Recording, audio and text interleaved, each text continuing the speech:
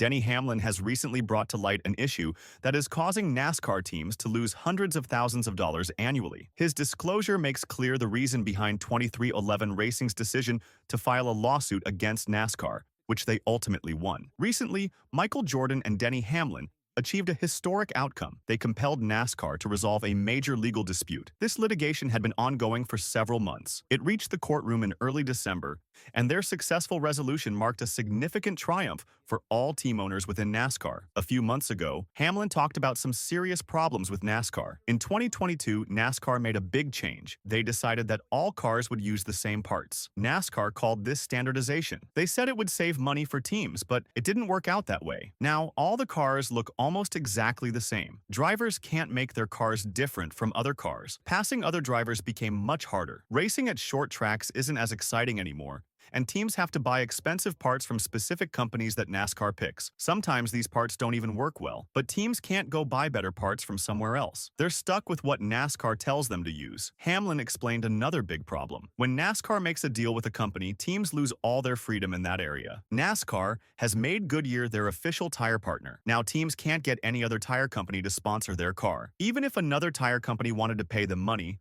they can't accept it. The same thing happens with fuel. NASCAR picks the fuel partner. Teams can't get sponsorship from any other fuel company. And here's the really crazy part. Tires and fuel are two of the most important things on a race car, but teams can't make any money from them. Hamlin gave everyone a specific number that shows just how bad this problem is. He said, "I think we probably pay about $700,000 a year in tires." In tires. I mean, Goodyear is the official provider of NASCAR tires, but we have to purchase them. They're not given to us. We have to purchase them. $700,000 just for tires. And teams don't even get to choose Goodyear. NASCAR chose them. Then Hamlin added, "But that's an agreement that they have with NASCAR itself. And again, it's a category where we couldn't go get a Michelin to sponsor our car." Teams pay $700,000 every year for tires they have to buy. They can't get another tire company to sponsor them and help pay for those tires. They're just stuck paying that huge bill. No choice, no negotiation. Just pay up. This creates all kinds of problems. Teams can't come up with new ideas or innovations because everyone has to use the same parts. Drivers who have special skills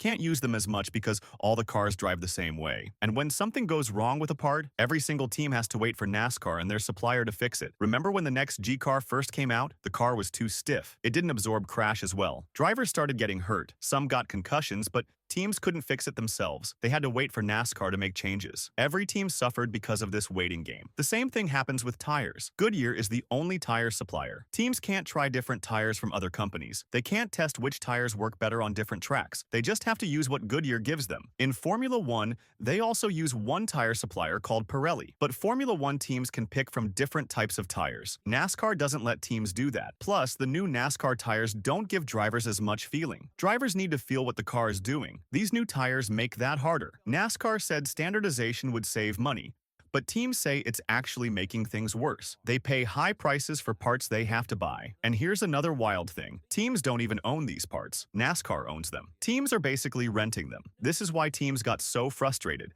This is why they filed that lawsuit. They felt like NASCAR was treating them unfairly. The costs were too high, the rules were too strict, and teams had no say in any of it. Chevrolet, Ford, and Toyota are also unhappy. These car companies want to show off their engineering and technology, but with all the cars being the same, they can't do that anymore. Fans can't really tell the difference between manufacturers. That's bad for business. That's bad for competition. When every car is the same, racing gets boring. Innovation stops. Teams can't experiment with new setups. They can't try different approaches. Everything is locked down by NASCAR's rules. $700,000 for tires is just the start. Teams also have to buy fuel from NASCAR's chosen supplier. They have to buy specific engine parts.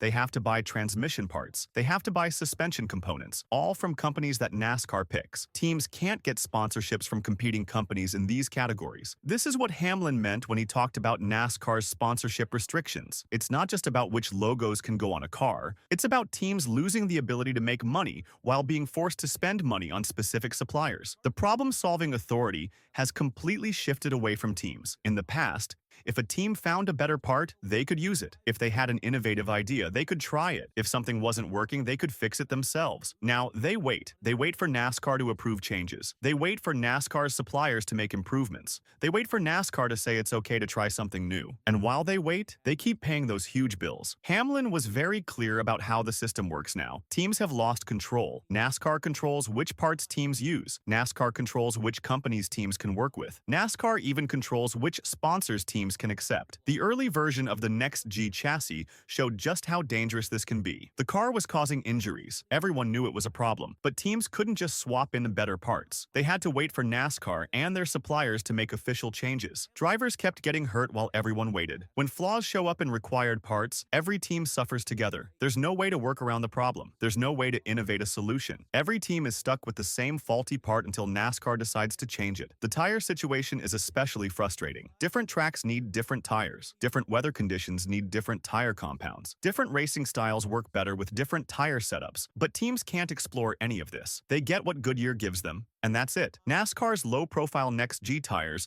changed how cars handle. They reduce the feedback drivers get through the steering wheel. This makes it harder for drivers to feel when the car is about to lose grip. It makes racing more difficult and less intuitive, but teams can't switch to different tires, even if they wanted to. Several teams argue that the economics just don't make sense anymore. They're spending more money than before on mandated parts. They're making less money because they can't accept certain sponsorships, and they don't even own the parts they're buying. NASCAR retains ownership of all these components. That imbalance pushed teams to take legal action. The antitrust lawsuit challenged NASCAR's entire business model. Teams argued that NASCAR was acting like a monopoly. They said the system was unfair and unsustainable. And last week, they proved their point when NASCAR agreed to settle. The settlement represents a turning point. Teams stood together and demanded change. They refused to accept the current system, and NASCAR had to listen. This wasn't just about 2311 racing. Every team owner benefits from this victory. The good news is that NASCAR is now talking about making changes.